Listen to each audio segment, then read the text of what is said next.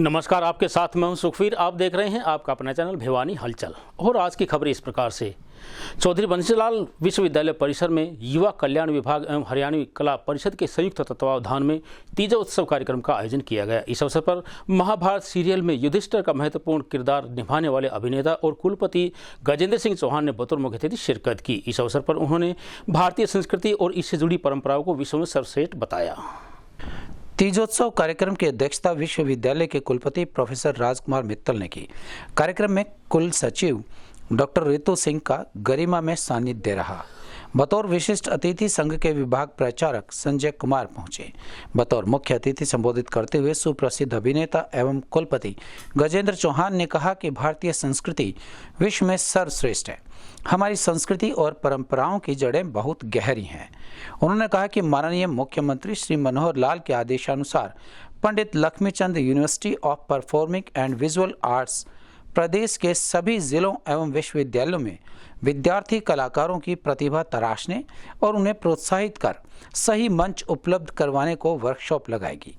CBLU में अगले सप्ताह विश्वविद्यालय की टीम विद्यार्थी कलाकारों से रूबरू होगी और सितंबर माह में वर्कशॉप का आयोजन भी किया जाएगा। उन्होंने कहा कि सावन माह में पत्नी अपने पति व लंबी उम्र की कामना करती है और व्रत एवं भगवान शिव की पूजा भी करती है। यह केवल भारतीय संस्कृति में होता है, पाश्चात्य सभ्यता में कदापि नहीं। हमारी संस्कृति और त्योहार हमें संगठित करते हैं और यही हमारी पहचान भी है।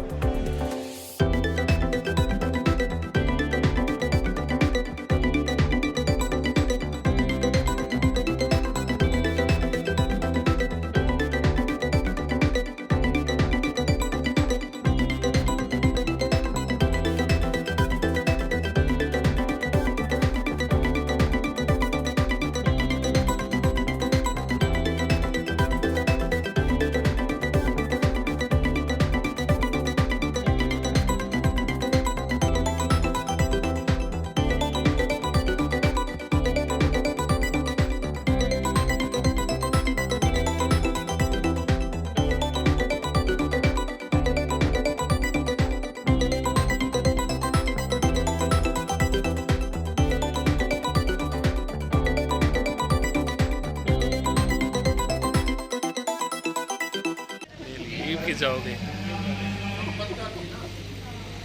हैं भाई, हम शुरुआत गुरु जी तक कर देंगे। हमारे जो वो थे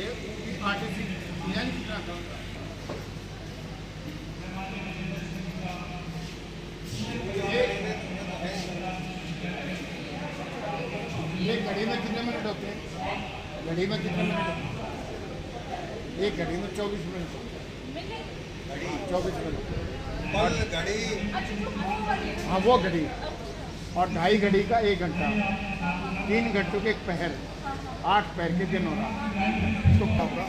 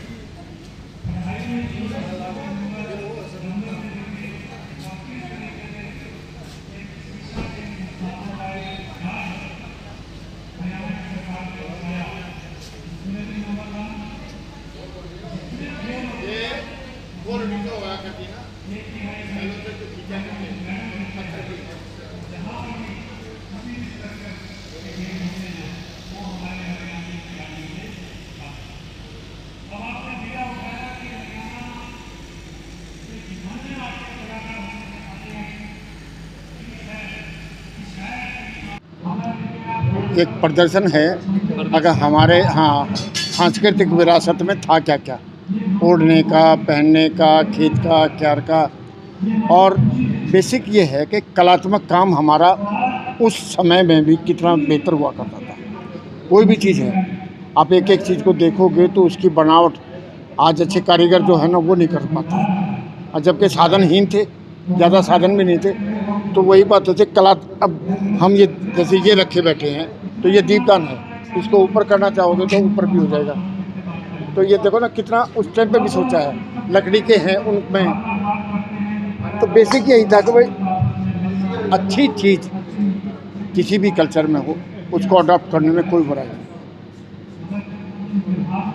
प्रदर्शनी लगाई गई है, क्या संदेश इसके माध्यम से? संदेश का तो यह है कि नई पीढ़ी को ये पता लगे हमारे पूर्वज भी कलात्मक काम अच्छा करते थे, जबकि साधन नहीं थे। उस साधनहीन होने के बाद भी मन से स्वस्थ थे, क्योंकि खाना ठीक था, ओढ़ना पहनना ठीक था, किसी भी चीज़ की कोई इस तरीके का इफेक्ट नहीं होता था जैसे आजकल हमें और चीज़ों के होते हैं। अब ये चौसी है, हाथ से जो काट दिया करते ना, वो आजकल नहीं पहनते। अब गर्मी में पहनोगे तो ठंडा रहेगा और सर्दियों में पहनोगे तो गर्म रहेगा। और शादी के टाइम पे है ना, भाभी जो है ना ये दूसरे में लेकर आ सकती है, खुद कढ़ाई का काम। तो हर एक के पीछे बगैर उसके ये नहीं थे कि कोई भी चीज़ ऐसी है। तो यही है कि यूनिवर्सिटी है और यूनिवर्सिटी में इस तरीके का ये माहौल है। हम अपना त्यौहार मना रहे हैं, तो उस त्यौहार पे इस बहाने से इन चीज़ों को भी देखेंगे, तो हम अपनी चीज़ों को फेंकें नहीं, उनको बचाएं। उनकी सांस्कृतिक वैल्यू क्या थी वो समझ में आनी चाहिए कि भाई हमारे उन्होंने जो मेहनत की है तो उसको सार्थक करा, हम उसको डस्ट ना करें। एक तरीके से त्यौहार लुप्त होते जा रहे हैं। हाँ, अब देखो मेरी कोशिश है कि मैं 1985 से रोहतक में लगातार ये सेलिब्रेट कर रहा हूँ। गुलगुले भी बनवाऊंगे, सुवाड़ी भी बनाऊंगे, नए बड़का नजर भी नहीं होना, मेरा शक्कर पर एक ही है, ठीक है ना। इवन दिला में सिमी शामी तोड़ के और कैर के पर सुखाया करते थे, और क्योंकि कैर के ऊपर जल्दी सूख जाया करता था और बनने भूनने के बाद जल्दी हो जाएगा। अब मैगी खा लेंगे हम, क्यों? अब सिमी में वही बात तो है, एक तो आटे की है, हमारे अंदर ठीक चीज़ जाएंगी। लापसी बना लिया करते, कोई भी डिश है हमारी देसी चीज़ हुआ करती, वो हमारे शरीर को ठीक रखा करती है, मन मस्तिष्क को। और टीम भावना भी थी, हम काटने लग जाती है और कुछ करती तो आपस में अड़ोसन पड़ोसन सारी इकट्ठी हो जाया करती, सबका आपस में सहयोग हुआ करता। और फिर ऐसे टाइम पर जब लड़की की कोठड़ी आवेगी तो पड़ोसन भी देखना होंगी, तेरे माँ ने तेरे तय किसी सुवाड़ी बेची है, और उसका चाव हुआ करता था। डाले के ऊपर है ना, पहले दिन हम जाकर डाला रोक लिया करते, अगर भाई उधर झूलना है, और जिनका नेक बना है वो उसको जलाऊंगी। जो ये माताएं पहले झूल रही हैं, डाला पेड़ का डाला बड़का पीपल का, उस डाले में मेरी झूलनी कर ली है। ओ सामन पी गया सारा, ये झूल घली ना डाले में, तेरे फोटू गंजा चकरी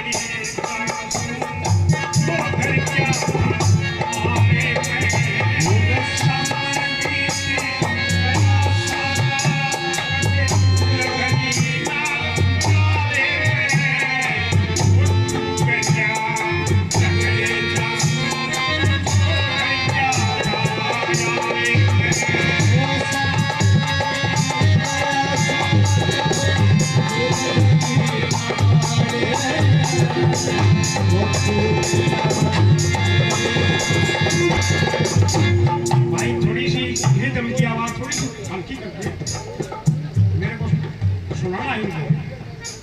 वो जंजन पति चूड़ी देवरी करी छलके, चूड़ी देवरी मुनकरी नाकते पति हो, चूड़ी की झनकार उठीला ये सजे ना घूंघटे करती हो, दूर दूर तनवाती हो, बिन तेल सूत की पाती हो, या पड़ती कभी जाए रे जासू छोड़े जाता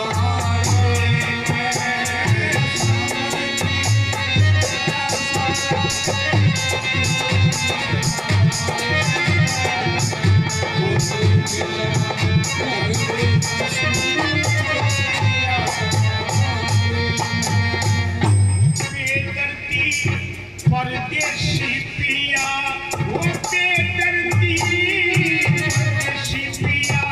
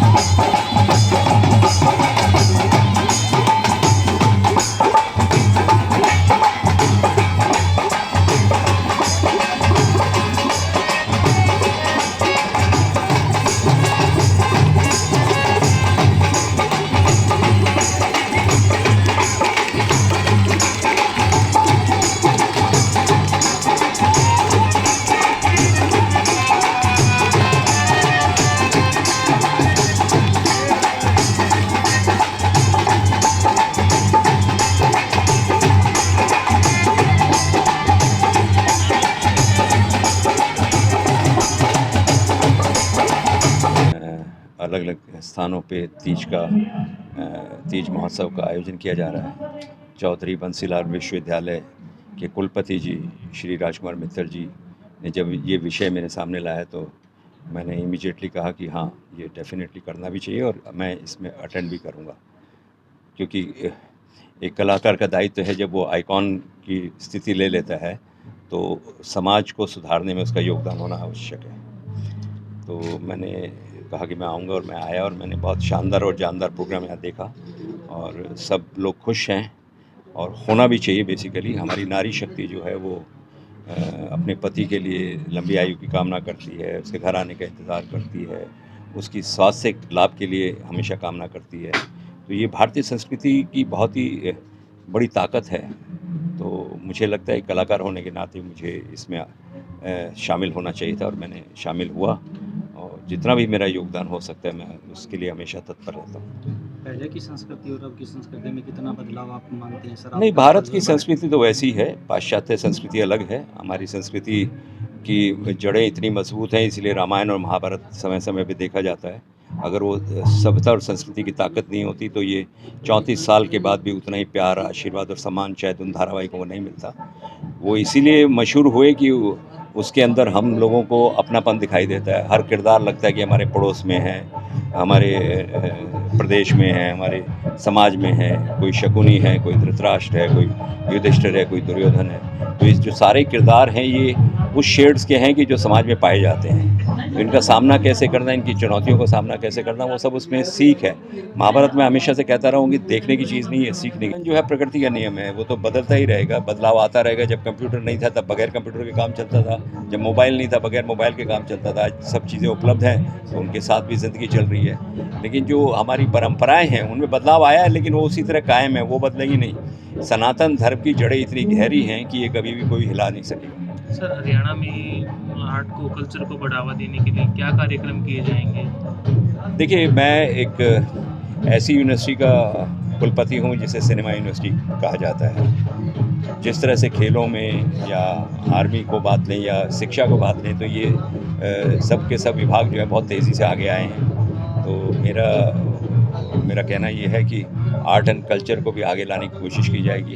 पूरे माननीय मुख्यमंत्री जी ने मुझे आदेश भी किया है कि मैं इस आर्ट और कल्चर को जो है पूरे प्रदेश के अलग अलग डिस्ट्रिक्ट्स में लेके जाऊं, वहाँ से ट्रेनिंग जो हमारे वर्कशॉप्स हैं उनको उनका आयोजन करूं और वहाँ पे जो लोग निकलें या तो यूनिवर्सिटी आना चाहें या उसके बाद अगर बाहर कहीं इंडस्ट्री में जाके काम करना चाहें तो उसके लिए भी हमारे पास सुविधाएं हैं, उपलब्ध है। मेरा जो 40 साल का मुंबई फिल्म इंडस्ट्री का अनुभव है मैं उनके साथ शेयर करने के लिए तैयार हूँ और मुझे लगता है बहुत जल्दी हम चौधरी बंसीलाल विश्वविद्यालय में ये कार्यक्रम आयोजित करेंगे और अलग अलग डिस्ट्रिक्ट लेवल पे जब तक मेरा टेन्योर रहेगा।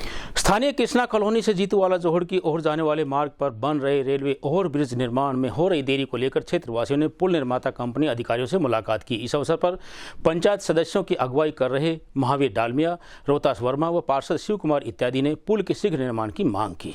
जीतूवाला जोहड़ और कृष्णा कॉलोनी के बीच में एक रेलवे ओवरब्रिज का निर्माण किया जा रहा है, जिसका निर्माण कार्य पिछले 15 महीनों से चल रहा है। लेकिन अब क्षेत्रवासियों के सामने परेशानी का कारण यह है कि यहां से पैदल निकलने का रास्ता भी नहीं बचा है।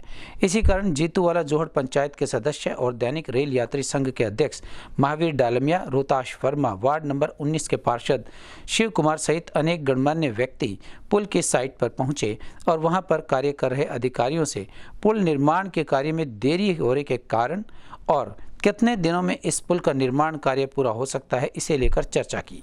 यहां पहुंचकर उन्होंने कहा कि इस पुल का निर्माण कार्य 18 महीनों में पूरा होना था, लेकिन इस पुल के निर्माण कार्य को चलते हुए 15 महीने तो हो भी चुके हैं और अभी तक पुल का केवल 30% के आसपास कार्य हुआ नजर आ रहा है।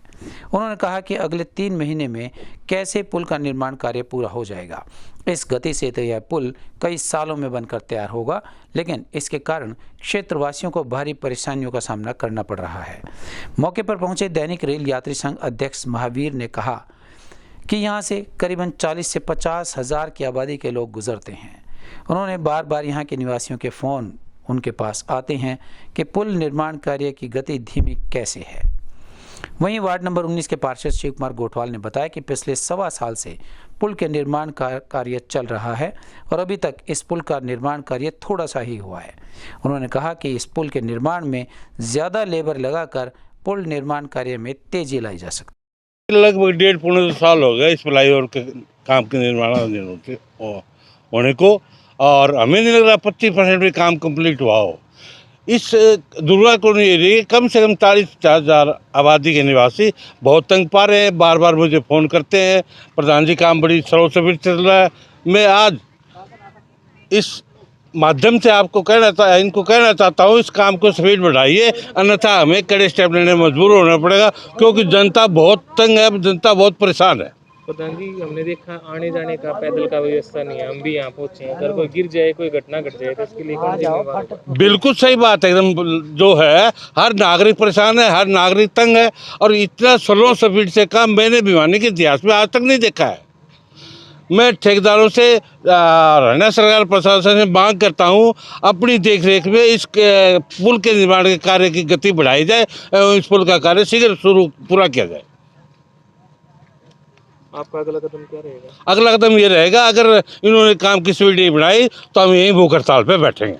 सर ऐसा है, ये करीब ये पुल 1.25 साल से इसका काम चालू हुआ है, और इसका काम, ये बात सच्चाई है कि इसका 20-25% ही काम हो पाया अभी तक।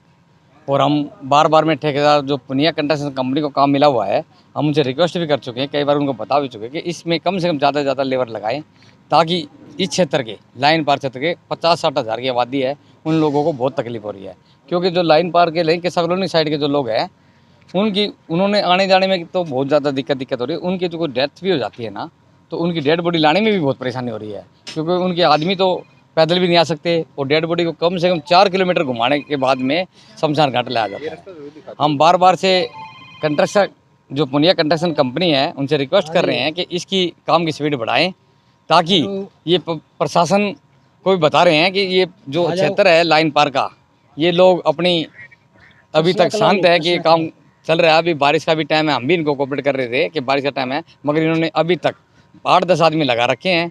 इससे काम ये करीब 3 साल में पूरा होने की उम्मीद है।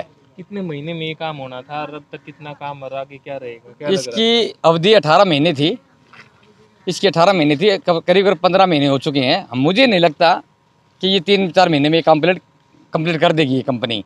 तो मैं बार में ये पुनिया कंस्ट्रक्शन कंपनी से ही प्रार्थना करेंगे कि अपनी लेबर को बढ़ाएं और ये जल्दी काम करें। यदि ये लोग हमारी नहीं सुनते हैं, तो इन्होंने हमारे इस क्षेत्र के लोगों का पता, हमारी महापंचायत का पता है कि हम कहाँ तक क्या कर सकते हैं। हम धरना नहीं, हम रोड भी जाम करना जानते हैं, हम रोड पे निकलना भी जानते हैं। हम प्रशासन के पूरी आवाज़ ज़ोर शोर से ये प्रार्थना कर रहे हैं कि इस पुल का काम जल्दी पूरा करवाएं। नाम? श्रीमान जी, इस पुल का निर्माण का शिलान्यास 27 अक्टूबर 2020 को हुआ था, और 2021 अप्रैल में इसका काम शुरू किया। और काम जिस स्पीड से चल रहा है, इस हिसाब से लगता है 4 साल में पूरा नहीं होगा। और ये रोड हमारे 50,000 क्षेत्र के लोगों के लिए मेन रोड है। और अभी कृष्णा कॉलोनी साइड में रेलवे ने जो खुदाई करवाई हुई है, ये 2.5 महीने से काम इस पर रुका पड़ा है, पैदल निकलने का भी रास्ता नहीं है। तो हम बार अधिकारियों से, ठेकेदार जी से भी वो आए थे, क्या दिक्कत हो रही है थोड़ी सी, क्या रेलवे के 2 गड्ढे खुदाए हुए हैं, यहाँ पे आने जाने में थोड़ी दिक्कत तो हो रही है।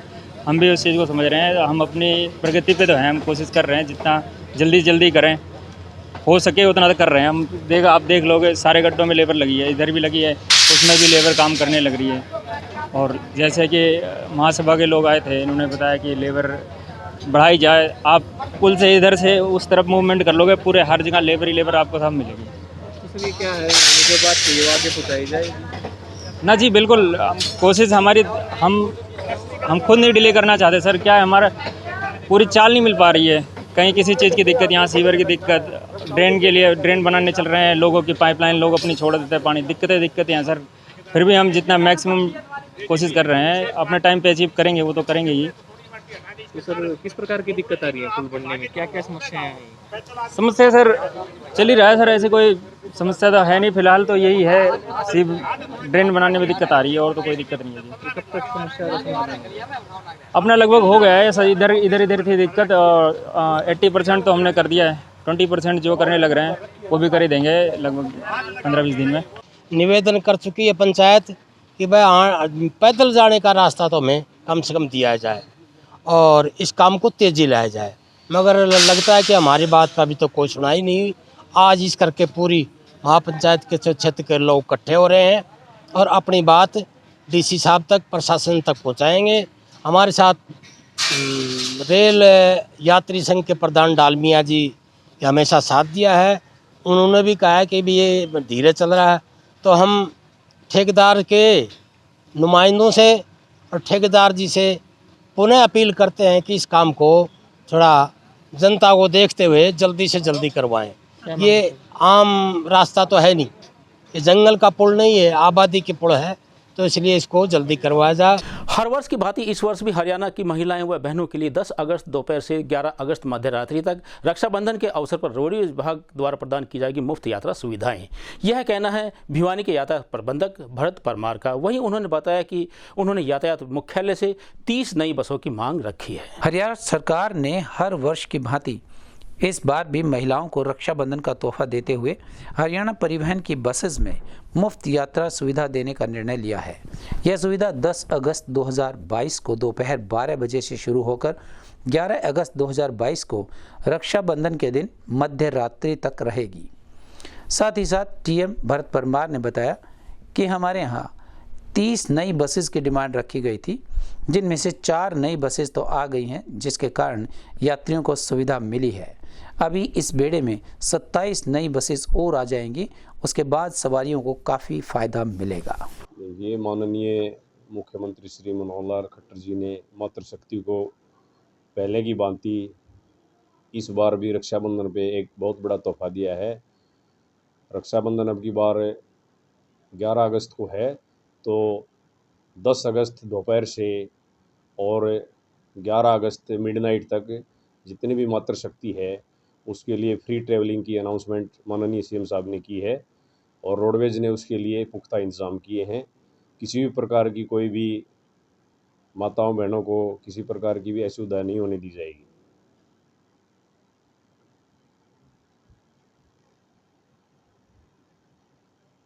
रोडवेज के अंदर कुछ बसें नहीं आई हैं, कितनी आनी थी और कितनी आ चुकी हैं? रोडवेज भिवानी डिपो के हिस्से में 30 गाड़ियां आई हैं नई, जो हरियाणा सरकार ने तैयार करवाई हैं। 3 गाड़ियां आ चुकी हैं, बाकी शीघ्र ही आने की उम्मीद है और जो डिपो में गाड़ियों की कमी थी आने के बाद पूरी हो जाएगी और पब्लिक को पूरी सुविधा दी जाएगी। गरीब व असहाय लोगों को समय पर चिकित्सा सुविधा उपलब्ध करवाने के लिए मिनी बाईपास भिवानी में वेदांता अस्पताल का शुभारंभ सोमवार को किया गया। अस्पताल का शुभारंभ आरजेपी पार्टी के सुप्रीमो शेर सिंह राणा के द्वारा किया गया। इस अवसर पर संचालकों ने अस्पताल में अति आधुनिक सुविधाएं उपलब्ध करवाने की जानकारी दी। स्थानीय मिनी बाईपास पर वेदांता अस्पताल का शुभारंभ आरजेपी के सुप्रीमो शेर सिंह राणा द्वारा किया गया। गरीब एवं ज़रूरतमंद लोगों के लिए खोले गए इस अस्पताल में सभी तरह की आधुनिक सुविधाएं मरीजों के लिए उपलब्ध रहेंगी और आधुनिक तकनीक से ही विशेषज्ञ चिकित्सकों द्वारा उनका इलाज भी किया जाएगा। यहाँ पर हर तरह की टेस्टिंग के लिए लेबोरेटरी भी स्थापित की गई है। वेदांता हॉस्पिटल का जो है शुरुआत की जा रही है और इस शहर को एक ऐसे अस्पताल की ज़रूरत थी जो गरीब लोगों का भी इलाज में एक सहायक बने। यहाँ पे कई अस्पताल हैं लेकिन शायद वो इलाज लोगों को नहीं मिल पा रहा था जो वेदांता अस्पताल से लोगों को मिलेगा। ये अस्पताल सेवा के माध्यम से जो है कार्य करेगा। सिर्फ मकसद ये नहीं होगा कि भाई पैसे कमाने हैं, इसका मकसद ये भी है अस्पताल बनाने का, क्योंकि जो जिनके द्वारा ये बनाया गया है वो समाज सेविक व्यक्ति हैं, तो इसका मकसद ये भी है कि समाज में एक सेवा भावना भी पैदा हो। बड़ी खुशी की बात है, हमारे भिवानी शहर में वेदांता हॉस्पिटल आज खुला है, ओपनिंग उनकी, तो हमें तो बहुत ही खुशी की यही बात है। और हॉस्पिटल हैं जो गरीबों की कोई सेवा नहीं करते, ये गरीबों की सेवा के लिए है। समाज सेवियों ने मिलके डॉक्टर साहब ने मिलकर इसको बनाया है। तो हमें बड़ी खुशी हुई कि भिवानी शहर में एक अच्छी चीज़ खुली है और गरीबों की सहायता होगी।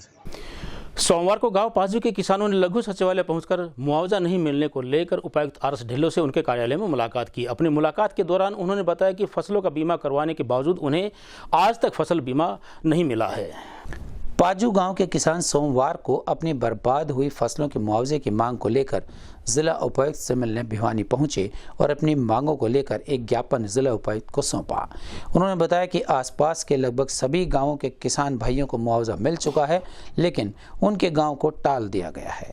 उन्होंने मांग की कि उन्हें जल्द से जल्द बर्बाद फसलों का मुआवजा दिलवाया जा सके ताकि उनके साथ भी न्याय हो।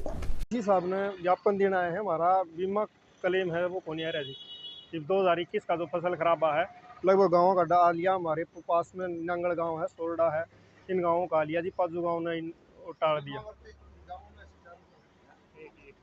तो हमारे आजू बाजू गांव है जी, सब गाँव में आ लिया। और पाजू किसान है ना वो टकटकी लगा के इस तरफ देख रहे हैं। तो ये हमने अपनी तरफ से निरीक्षण कराया तो पाया है कि वो हमारा गाँव का वो मुआवजा है वो रद्द कर दिया गया। तो बीमा क्लेम है वो। तो कितने किसान है और कितने जी दो टाटा भर के लाए हैं जी हम। तो पूरा गांव का मुआवजा को नहीं आया जी। पूरे गांव का किसान ही एकत्रित होगी, जो बीमा क्लेम है वो को नहीं आया जी। पूरे गांव का किसान एकत्रित हो गया टाटा, लेकिन डीसी साहब तक ज्ञापन देना आया है जी, ताकि हमारी समस्या हो समाधान। सिंह है जी, गाँव पाजू है जी। गाँव पूरे गाँव का बीमा क्लेम नहीं मिला। हमारे गाँव का अभी तक सभी गाँवों का मिल लिया। और जो भी हमारी सीमावर्ती जो गांव हैं उन सभी चारों तरफ मिल लिया, हमें नहीं मिला है। और हमने डीसी साहब को ज्ञापन देने के लिए और 70-80 आदमी लगभग आए और डीसी साहब के ज्ञापन देके हमें अपनी मांग पूरी करना चाहते हैं। पूर्व मंत्री स्वर्गीय रामभजन अग्रवाल की पुण्यतिथि पर श्री रामकुंज सत्संग धाम में श्री राम प्रसाद धर्मार्थ ट्रस्ट एवं चिनार फैब्रिक्स द्वारा निःशुल्क स्वास्थ्य जांच शिविर का आयोजन किया गया। इस अवसर पर आर्टेमिस हॉस्पिटल गुरुग्राम से पहुंचे चिकित्सक डॉक्टर प्रमोद अटवाल, डॉक्टर अनस व डॉक्टर दीपिका के द्वारा करीब 175 मरीजों के स्वास्थ्य की जाँच की गई। शिविर में गुरुग्राम के आर्टेमिस अस्पताल के चिकित्सक डॉक्टर प्रमोद अटवाल, डॉक्टर अंश, डॉक्टर दीपिका व डॉक्टर मिलन ने अपनी सेवाएं दी तथा उपस्थित लोगों के स्वास्थ्य की जांच की। शिविर का शुभारंभ ट्रस्ट के चेयरमैन नंद किशोर अग्रवाल व चिनार फैब्रिक्स के प्रबंध निर्देशक पीडी अग्रवाल ने किया।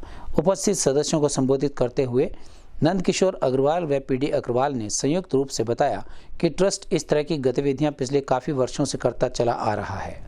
ट्रस्ट का गठन बाबू रामभजन अग्रवाल ने मानव सेवा करने के लिए किया था। बाबूजी की 10वीं पुण्यतिथि अलग अलग कार्यक्रम आयोजित करके मनाई जा रही है। इस अवसर पर डॉक्टर प्रमोद अटवाल ने बताया कि समाज में आजकल घुटनों का दर्द, बदन दर्द के काफ़ी मरीज आ रहे हैं, जो कि समाज के लिए एक चिंता का विषय है। इसको समय रहते काबू कर लिया जाए तो यह बीमारी खत्म की जा सकती है। वहीं इस अवसर पर नरेश अग्रवाल ने बताया कि स्वर्गीय पूर्व मंत्री रामभजन अग्रवाल सामाजिक सेवा के लिए हमेशा तत्पर रहते थे। उन्हीं के आदर्शों पर अग्रवाल परिवार चलकर सामाजिक सेवा करता आ रहा है। जैसे कि आप लोगों को पता ही है कि बाबूजी की 10वीं पुण्यतिथि है और इस अवसर पर कैंप आर्टेमिस गुड़गांव के सहयोग से लगाया गया है। इसका मेन मकसद जैसे कि हमारे दादी चाहते थे कि गरीब व्यक्तियों की, आम जनता की सहयोग जितना हो सके किया जाए, उसी क्रम में हमने ये किया गया है। आज चौथा दिन है क्या ये बाबूजी पुण्यतिथि मनाते हुए। इसके अंतर्गत जो आज कैंप लगा है, इसमें कैंसर, ऑर्थो, आपके मेडिसिन, हार्ट, सब डॉक्टर है और सब फ्री चेकिंग है। और हम चाहते हैं कि भिवानी की जनता के ज़्यादा ज़्यादा लाभ उठाए और हमारे बाबूजियों का जो सपना है वो पूरा हो। कैंप लगाया गया, क्या संदेश और मैसेज आपके माध्यम से दिए गए? एक मिनट, स्टेथोस्कोप में देखिए, भिवानी के लोगों से हमारा पुराना रास्ता है। 4-5 साल से हम यहाँ आर्टेमिस के थ्रू यहाँ अपना सेवाएं दे रहे हैं और यहाँ लोगों का हमें बहुत अच्छा रिस्पांस भी मिलता है, पेशेंट्स का भी और ऑर्गेनाइजर का भी। तो मैं तो यही चाहूँगा कि आर्टेमिस के बिहाफ पे कि जो है ना कि जो भी हमारे पास पेशेंट आ रहे हैं, चाहे वो डायबिटिक के हों, चाहे हार्ट के हों, ब्लड प्रेशर के हों, जॉइंट्स पेन के हों, जो भी उनको हम सलाह दे रहे हैं, अगर हमारी सलाह से पेशेंट अगर थोड़ा सा भी इस चीज़ को फॉलो कर लें तो हमारे लिए बड़ा सौभाग्य की बात होगी। ऐसा है, समाज में एक साधारण आदमी होते हैं, आम जनता है, उसके लिए हम कैंप लगाते हैं, उनके लिए कैंप लगाए ताकि वो दूर जा नहीं सके, उनका साधारण बीमारी का चेकअप हो जाए। उस चेकअप के लिए ज़रूरी है कि हम कैंप लगाना। कैंप का मकसद एक भी ये है कि मेरे फादर के बाबूजी का जो पुण्यतिथि भी है, उसके उपलक्ष्य में हमने लगाई। क्या कहेंगे सर, आज यहाँ पे कैंप लगाया गया है? बहुत बहुत अच्छा है। लोगों की सेवा के लिए कैंप लगाया गया है बाबू राम भजन जी की स्मृति में, और ये कैंप सक्सेसफुल रहेगा। काफ़ी लोगों की सेवा होगी इसी बहाने भिवानी में। आप नंद किशोर जी के सौजन्य से कैंप लगा है और बाबू राम भजन जी की स्मृति में कैंप लगाया गया है। हम सब लोग बाहर से आए हुए हैं और कैंप में सेवा देंगे। अधिक से अधिक मरीजों को देखने का प्रयास करेंगे और जितना अच्छा से अच्छा हो सके इलाज वो करने का प्रयास करेंगे। यहाँ पर एक्यूप्रेशर सेंटर चलता है, 2003 से चलाया जा रहा है।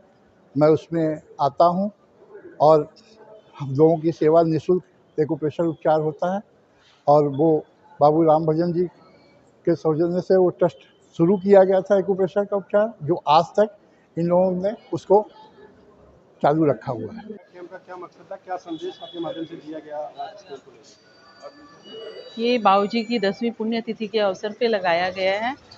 इस कैंप के माध्यम से हम लोगों को जो अपने स्वास्थ्य के लाभ के लिए दूर नहीं जा पाते, दिल्ली गुड़गांव नहीं पहुंच पाते, बड़े डॉक्टर्स तक नहीं जा पाते, वो यहाँ फ्री में अपनी सुविधाएं ले सकते हैं और अपने आप को ठीक कर सकते हैं।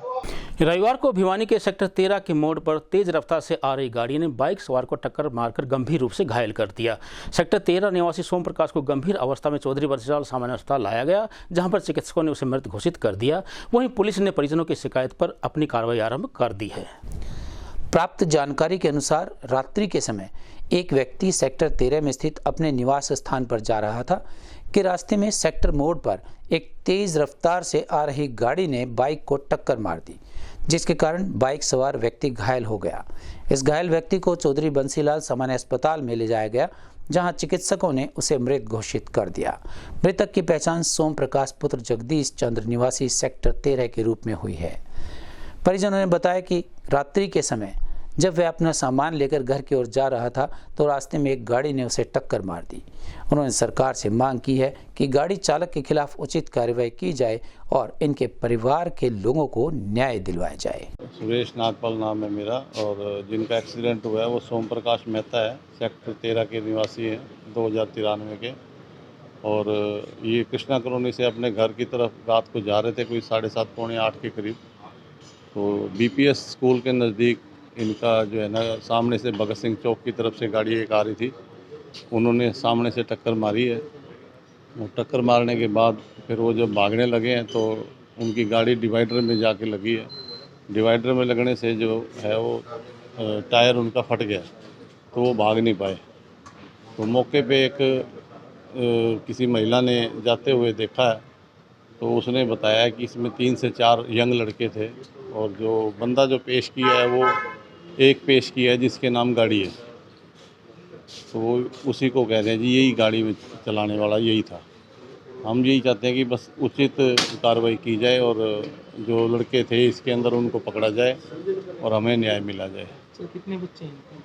एक लड़का है जिनका, एक लड़की है, लड़की बाहर रहती है, लड़का यहीं रहता है, ये अपना दुकान चलाता है, आसी गेट पर दुकान है इसकी। आज की खबरों में बस इतना ही। अब मुझे दीजिए इजाज़त। देखते रहिए आपका अपना चैनल भिवानी हलचल।